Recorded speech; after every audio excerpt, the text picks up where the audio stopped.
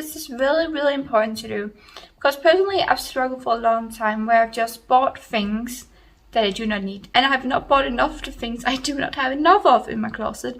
So it's all about finding a balance, and you really have to look yourself in the eye and be honest and say, okay, I have enough of this and this is what I need.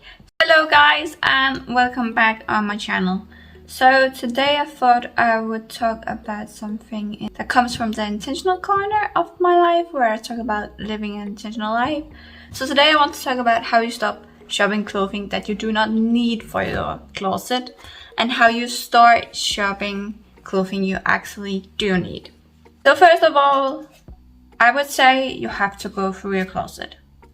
The areas where you have too much, you have to declutter it. In the areas where you have so much clothing that's stressing you, that is where you declutter some of it. But only declutter the extra pieces that's kind of stressing you, and never declutter so much that you do not have enough clothing until you need to wash your clothing. So never declutter too much. And if you want to figure out how much clothing you need, I would recommend you go do that first. So that depends on how often you change clothing and how often you wash your clothing. So depending on how often you change your clothing and how often you wash your clothing, when you figure those two things out, you'll figure out how much clothing you need. So after that, you have to be honest with yourself and write down the areas you'll just declutter it. So for me, I've written down what I may not buy more of, and then that is dresses, that is skirts, that is pants, and that is sweaters, because I have enough clothing in those areas.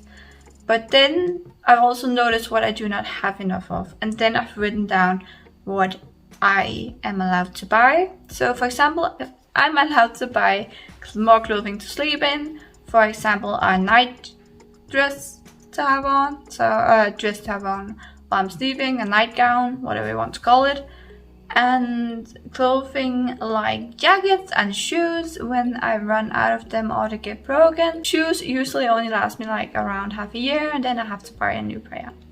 So I'm allowing myself to do that when they break and I need a new pair. And then I'm putting down some shorts because I need more shorts for the summer, because I've only had 3 pairs now. I like to have 2 pairs more.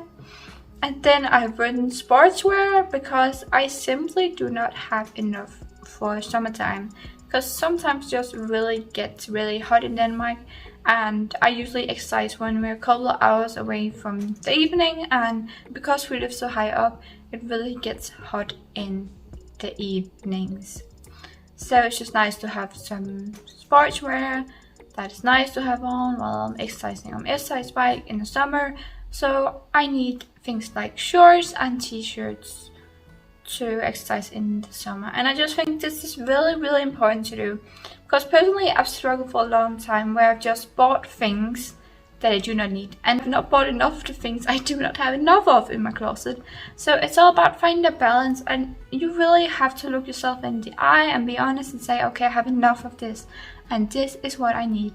So maybe you're like me, you like buying sweaters or blouses or t-shirts. That's my area where I used to fall in and I buy too much. And instead of doing that, now I've written down areas where I may not buy any more clothing, like t-shirts for example. I just added a little to my list because I had not written down t-shirts and blouses yet, because I have enough of that. I just decluttered some of that, so I do not need more of that. So actually my list with things I do not need is the longest now.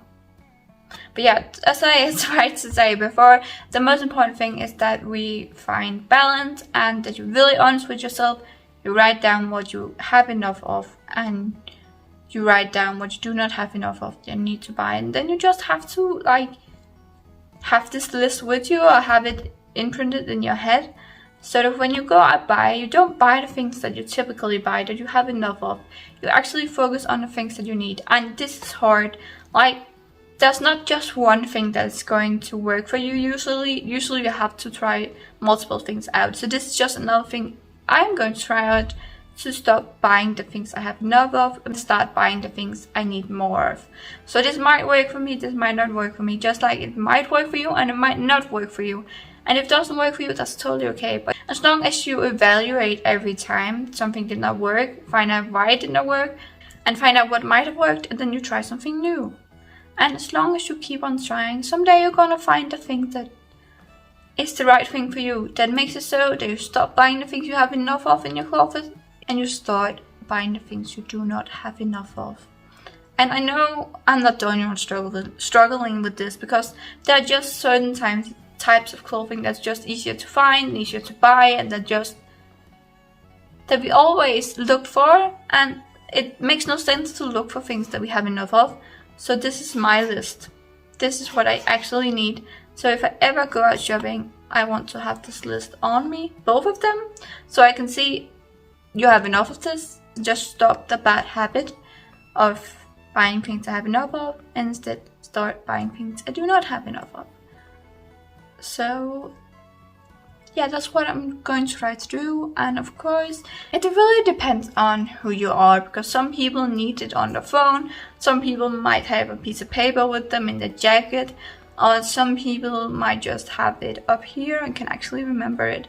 But I think for most people, I would guess that it will help the most having it written down, because if you just have it in your head, you might forget something that you should not buy, and then you buy it anyway. So I think having written down somewhere would help. Like most of us, unless you have like a really great memory, I can remember everything you have enough of, everything you don't. I don't have the greatest memory, so I need to write this down, because if I don't, I will definitely buy something. I'm like, oh, I do not have enough of that, and then I'll make some kind of excuse, and then I actually have enough of it. This was definitely a shorter video, but I just wanted to take you through what I was doing myself, which is that I've just made a huge decluttering video where I decluttered everything that I have too much of. And I showed you some of my decluttering, and from there I just really want to start to focus on not buying more of what I have enough of, what I actually have too much of, and then start focus on buying the things I actually need.